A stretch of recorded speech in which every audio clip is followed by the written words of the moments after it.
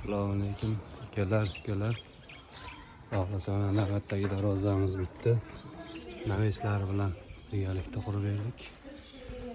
Darvozamiz holatlar kvadrat 1.200.000 dan tushdi, 1.8 lik. Qalinlikda. Naveslarimiz mana Lexalli lazerli 550.000 dan tushdi kvadrat.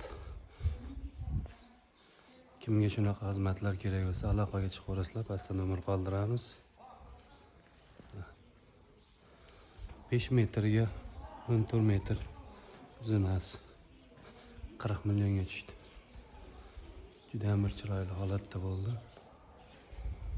Rishotkalar bilan qurib berganmiz akaga.